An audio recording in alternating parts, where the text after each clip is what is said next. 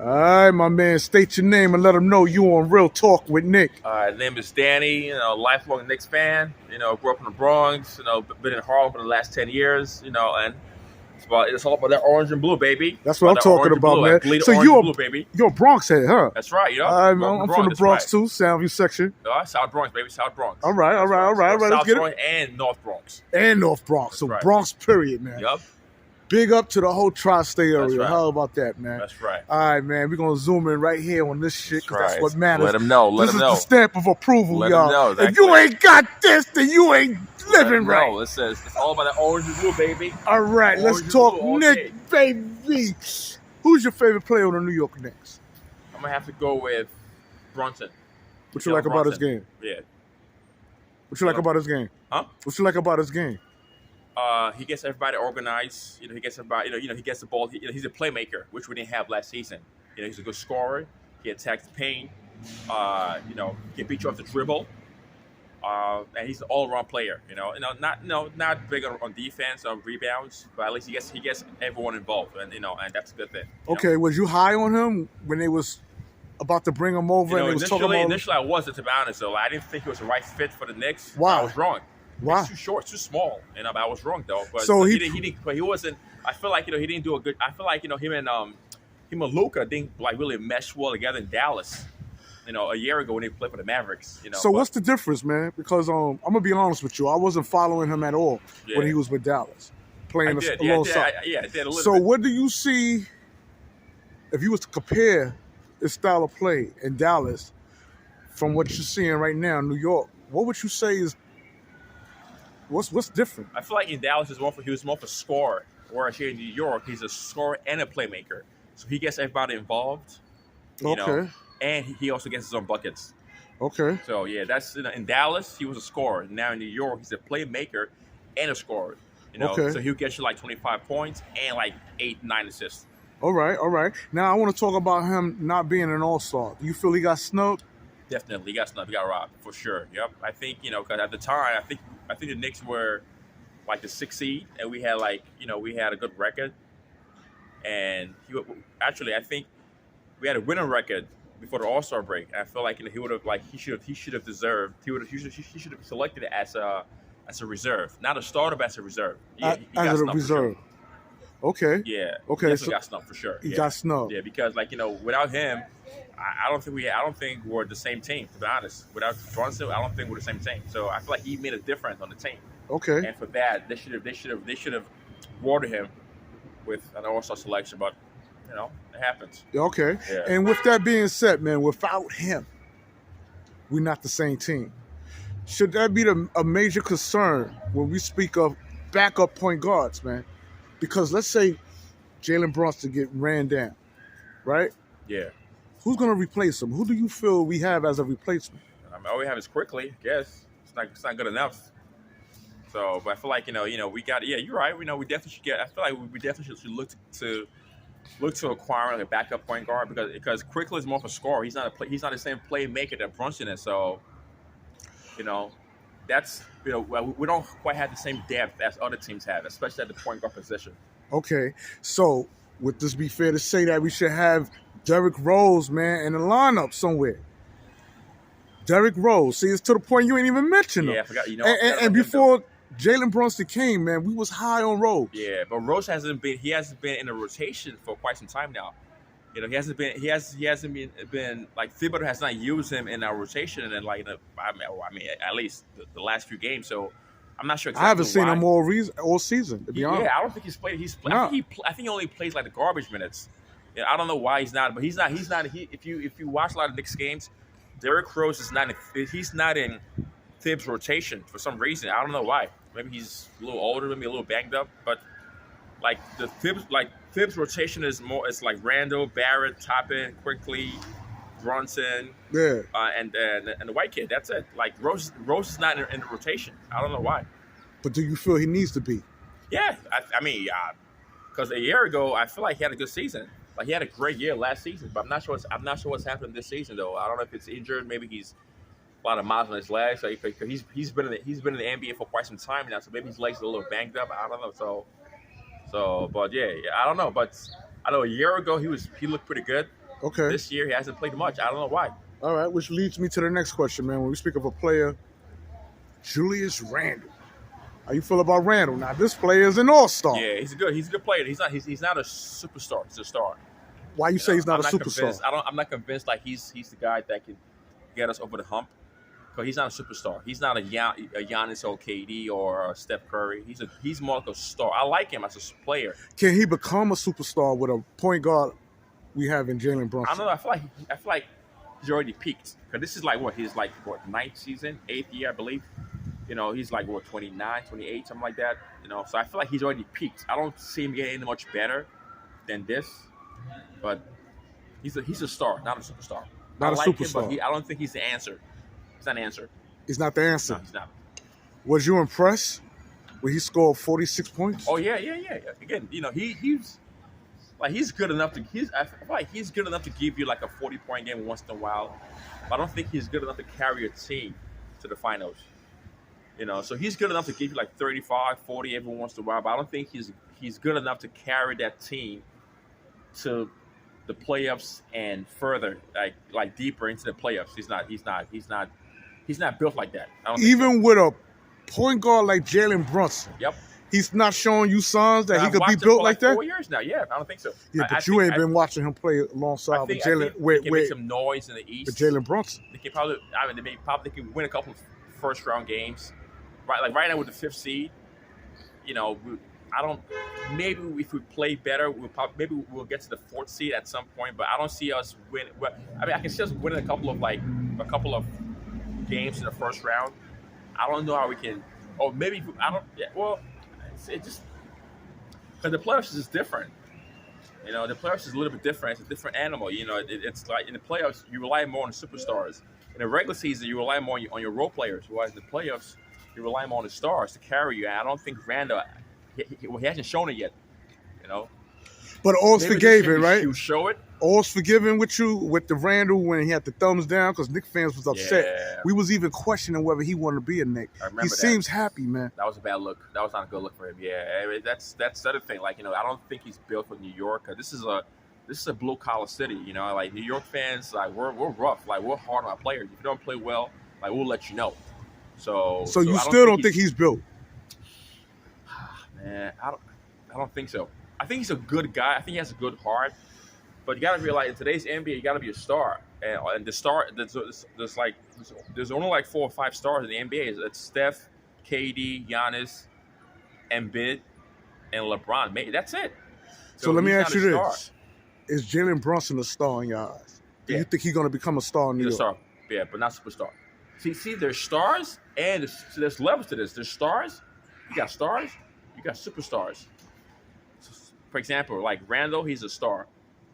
Kevin Durant, superstar.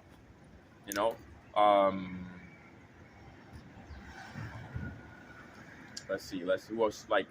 I get your point. You know what I'm saying? Yeah. You just don't feel that. Stars.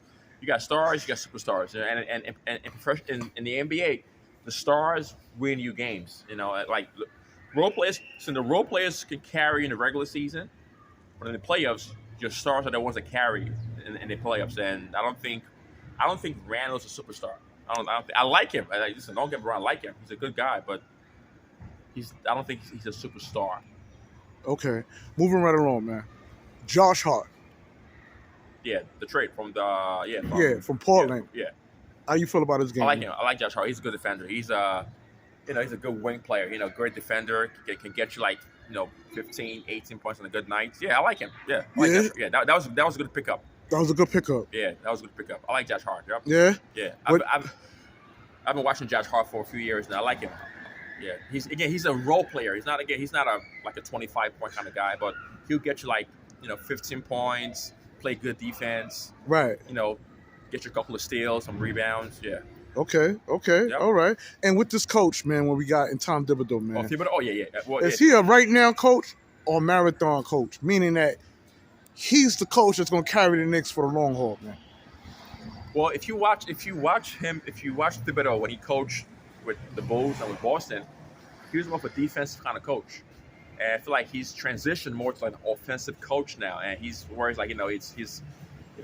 I still don't think he's an offensive genius like some other coaches, his calling card is defense. That's his calling card, defense. And I feel like he hasn't quite adapted to this current style of playing. But he's getting better. He's getting better. Again. I'm not gonna poo-poo on him. He's a good coach, right? But defense has always been his calling card, which is fine. That's a good thing. Okay. So, what do you say to the critics who say his rotation needs to be a little better? How he rolling his players? When he decides who gets the minutes and whatnot? Yeah, that's a good question. Yeah. Well, I mean, it's like we discussed earlier about Rose not playing. I feel like Thibodeau likes to figure out which players mesh well together on the court, and maybe he has like a certain I feel like he has a certain rotation that he likes that can start the game, finish the game. I feel like the rotation he has are players that they mesh well together on the court. Okay. It's not the best, but it's not terrible. I don't mind. So what do you say to those who say that the Knicks is winning due to the fact they don't have a superstar, and that way you can't predict who's going to be the 1-2? You understand what I'm saying? You want to know what that is? Because we're playing hard. That's why we're winning a lot of these games. Even last season, if you remember, like the reason I would say it's the reason, but part of the reason we won all those games was because we played really hard. And I think that's really because we play hard, we're scrappy. We go after the loose balls kind of thing. And I think that's been the biggest reason that's helped us like turn things around. Because in fact, that's one of the mindsets that Thibodeau has really brought to the team. Okay, playing really, really hard. So Tom Thibodeau bred a bunch of piranhas, opposed to having that one big shark or that one big killer whale. That's your analogy of it. Yeah. Okay. Yeah, pretty much. Yeah. Again, he's more of a defensive kind of coach. He's more of a defensive guru. When he was a coach, he coached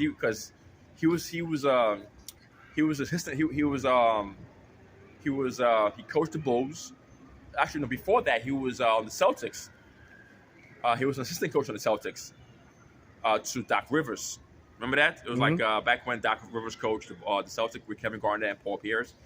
He was an assistant coach, and back then defense was his spin. He was the one that drew all the defensive schemes. That was Thibodeau. So he's more of a defensive kind of guy. Okay. So yeah. All right, and my boy R.J. Barrett, man. R.J. Barrett, yeah. Yeah, some saying that he's not panning out to be the player we all thought he would be. Right. Some say his role changed since you got the Batman-Robin duo between Julius Randle and Jalen Brunson. Where do you feel? Where do your heart lie when we speak? Like RJ took a step back this season. Yeah, I feel like he's taking a step back. It could be because of because of the Jalen Brunson acquisition. Because before a year ago it was mostly Brunson. It was just RJ and Randle, and now Brunson is now Brunson and Randle. So I feel like RJ's taking a step back this season. I feel like he feels like Brunson and Randle are like the 1-2 punch now, whereas like he's like the third option. Okay. But the first two options are Randle and Brunson. So maybe he feels like he's become the third option. I don't know why, but for some reason he took a step back. He took a big step back this season. I see his assists kind of starting to go up a little. Yeah. He's still he's still good enough to give you like 4 or 5 assists a game, but he hasn't been aggressive the way he was. He hasn't. I feel like RJ hasn't been as aggressive like he was a year ago. Okay. I think that's because of the Brunson addition. Because now it's Brunson and Randle as the first two options. So what? Let me ask you this: what do you say to those who say, "Listen, man, cut RJ some slack. He still averaged damn near 20 points per game. The only thing that changes is his role. If you go to the stats, he's still giving you somewhat 20 points per game." RJ Barrett? No, RJ Barrett. Less than that. He's averaging 18. I don't think he's averaging. What, 18? I think he's averaging less than 20 points a game. I don't think it's 18. Yeah, but whatever it is, listen. He's still productive. I feel like he hasn't been as aggressive as he was last season. He's still very good. Like don't get me wrong. He's still productive, but I don't feel like he's being as aggressive as he needs to be. Okay. And when we speak of that, of Obi, man, Obi Toppin.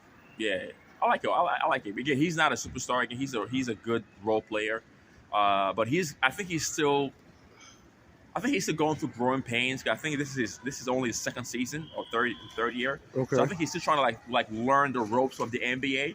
But I don't think he'll ever be like a 25-point player. But I feel like he'll get to. I think he'll get to a point where he'll be good enough to give you about a solid 15, 16 points a game. But he's going to be an up and down player. He's a role player. I don't think he's ever going to be like a star in the NBA. No. Over top of him, yeah. No. Does he remind you of a player? Huh? Does he remind you of a former player? Over top of him? Like a potential Rob Strickland? So. Yeah, I don't know. No, maybe like Marcus Camby. Yeah. From like the night, but Marcus was a good defender. He was a little bigger and could defend the paint better than. They have like similar build. But Camby was like, back, as you know, he was a beast. He was not a good scorer, but he could get you good. He'll get you like 18 rebounds, 4 or 5 blocks, maybe 15, 16 points. So they have similar styles. They're scrappy guys. But I feel like Obi's ceiling is not very high. I don't think he would ever become like a star. But I can see him being a good role player, like a good role player for a good team. All right, my man. Listen, I want to thank you for coming on Real Talk with Nick, man. Always, man. Appreciate the love, man. Enough said.